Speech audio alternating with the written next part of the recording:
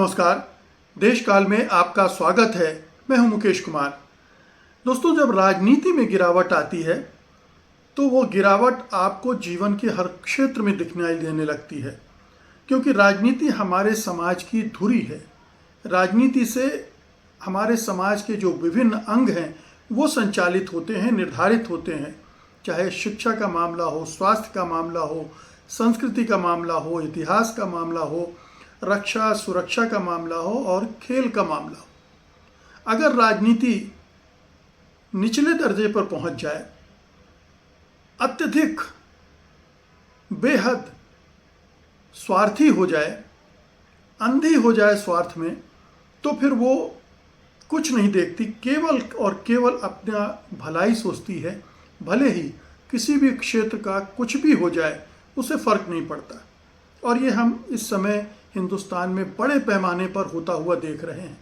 मैं ये नहीं कहता कि भारत की राजनीति कभी स्वार्थों से मुक्त थी, स्वार्थ हमेशा वे रहे, लेकिन हाल के वर्षों में वो स्वार्थ इतने हावी हो गए हैं कि उन्होंने जो बुनियादी चीज़ें हैं उनको भी डसना शुरू कर दिया है।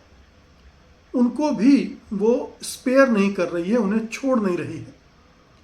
मैं ये जो भूमिका बांध रहा हूँ, यूँ तो हर क्षेत्र पर लागू होती है और हर क्षेत्र पर बात की जा सकती है कि किस तरह से शिक्षा के क्षेत्र में पाठ्यक्रम बदलकर और अनर्गल चीज़ें पाठ्यक्रम में शामिल करके, अवैज्ञानिक चीज़ें शामिल करके शिक्षा का स्तर गिराया जा रहा है, या फिर सुरक्षा के मामले में किस तरह की धोखाधड़ियाँ की जा रही हैं, झूठ बोले जा रहे हैं, हमें गुमराह किया जा रहा है। लोकतंत्र के मामले में, संवैधानिक मामलों में, कानूनी मामलों में, इन सब में अलग से इस पर चर्चा हो सकती है, एक एक पर। लेकिन आज संदर्भ है हमारा खेल का, क्योंकि खेल में कुछ ऐसा घटित हुआ है जो आज तक हमने नहीं देखा। इतने निचले स्तर पर खेल को राजनीति ने प्रभावित किया है। राजनीति ने अपने स्वार्थों के लिए खेल की बड़ी चढ़ा दी। उसने खिलाड़ियों को अपना मोहरा बना लिया। जी हाँ, मैं एशिया कप में जो भी ड्रामा हुआ है उसकी बात कर रहा हूँ।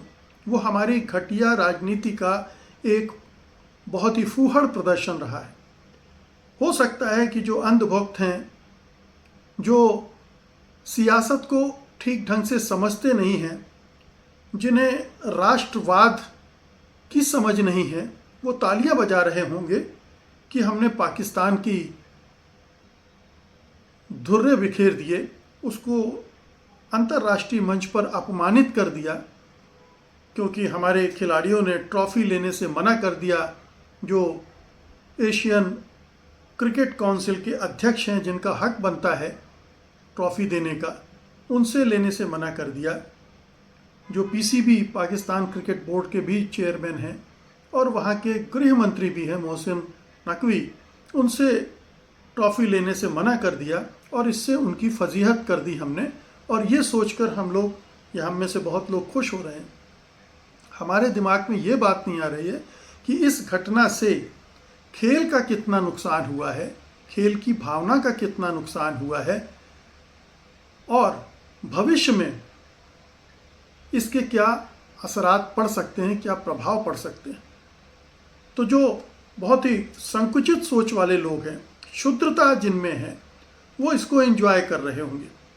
लेकिन जो बड़े परिप्रेक्ष्य में चीज़ों को देख सकते हैं, देखना चाहते हैं, समझना चाहते हैं, उनको ये चीज़ बहुत खटक रही होगी कि ये क्या हो रहा है, क्या ये इस तरह से होना चाहिए। और ये कोई खिलाड़ियों ने कर दिया हो, ऐसा नहीं है कि खिलाड़ियों ने तय कर लिया कि हम तो राष्ट्रवाद से, राष्ट्रभक्ति से ओतप्रोत हैं और हम पाकिस्तान के साथ हाथ भी नहीं मिलाएंगे। पाकिस्तान का कोई अधिकारी अगर हमें ट्रॉफी देगा तो हम वो भी स्वीकार नहीं करेंगे। और इस खींचातानी में दोनों तरफ से गड़बड़ियां हुई।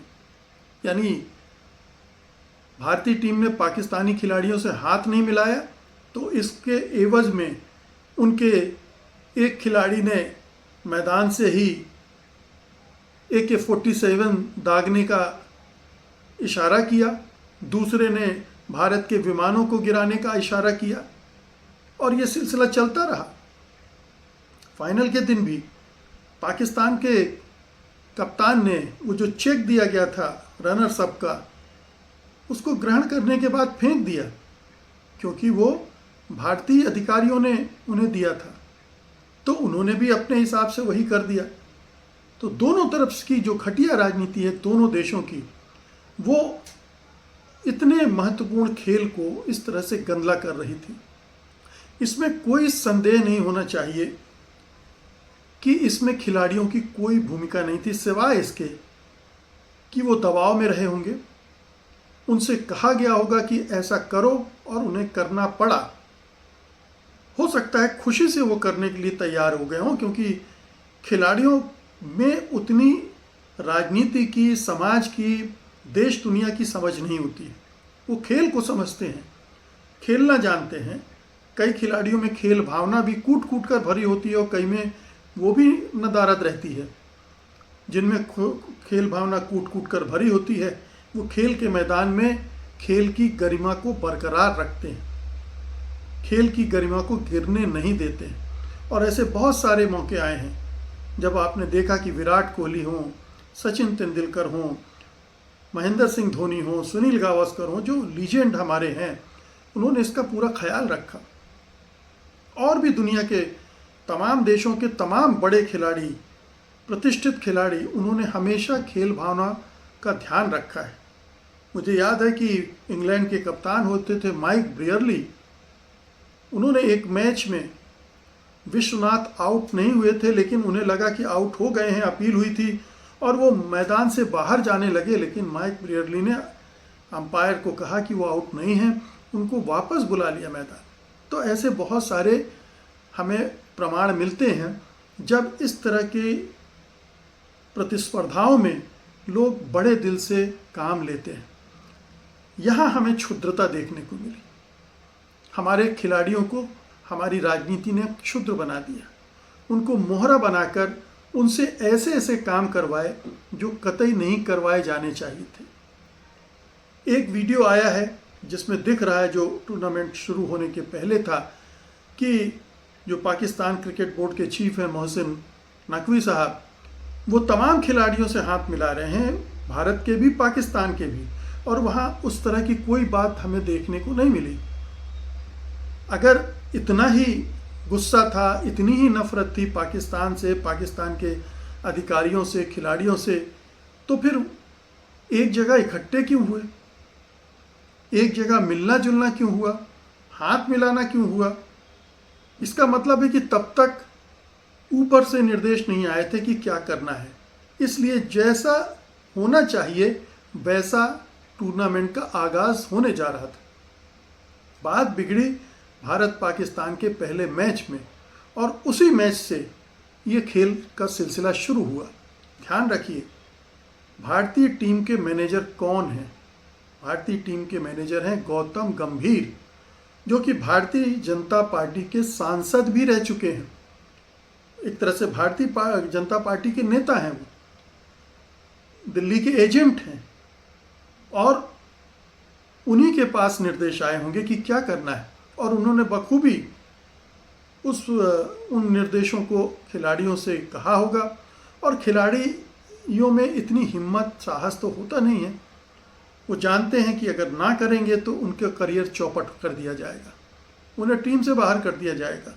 और जिस तरह की हुकूमत इस समय देश में है, जिसका स्वभाव प्रतिशोधी है, जो अहंकारी है, वो सच बात को भी बर्दाश्त नहीं करती। तो ये खिलाड़ी तो उसके लिए छोटे मोटे मोहरे हैं, इनको किसी भी क्षण वो बाहर कर सकती है।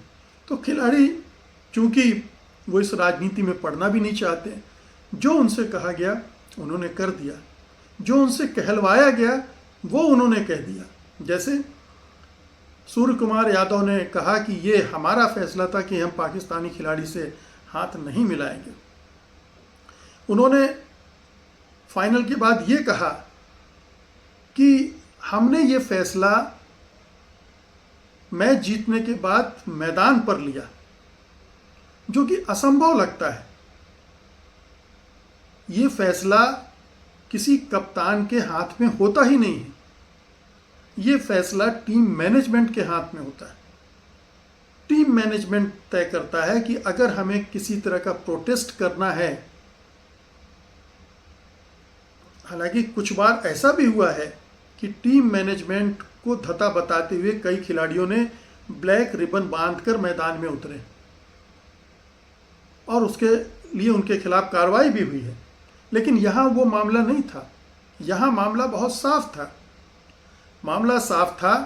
मामला ये था कि पूरे देश भर में ये मांग हो रही थी कि क्रिकेट का बहिष्कार किया जाए। दोनों टीमें एक साथ क्रिकेट न खेलें, क्योंकि यही सरकार कहती रही थी कि खेल और आतंकवाद साथ नहीं चल सकता, खेल और आतंकवाद और बातचीत साथ नहीं चल सकती, पानी और खून एक साथ नहीं बह सकता। ये सारे नारे, रेटरिक जो है, ये यही सरकार चला रही थी। तो इसी सरकार ने को ये मुश्किल आन पड़ी जब बायकॉट का कॉल हुआ, और बायकॉट कर नहीं सकती थी वो, क्योंकि अमित शाह के बेटे वहाँ आईसीसी में चेयरमैन बन के बैठे हैं। उनके लिए दिक्कत खड़ी हो जाती और टूर्नामेंट से बाहर हो जाते तो पाकिस्तान को एक वॉकओवर मिल जाता, वो टूर्नामेंट वो जीत लेता। और कब कब आप बहिष्कार करोगे, ये भी सही बात है। मैं तो मानता भी नहीं था कि बहिष्कार करना चाहिए और नहीं करना चाहिए, लेकिन इस बहिष्कार के फैसले को, जो उसका विरोध हो रहा था, उसका ध्यान बटाने के लिए एक दूसरी चीज लाई गई जो उससे भी घटिया चीज थी। खेल के मैदान को युद्ध के मैदान में बदल देना।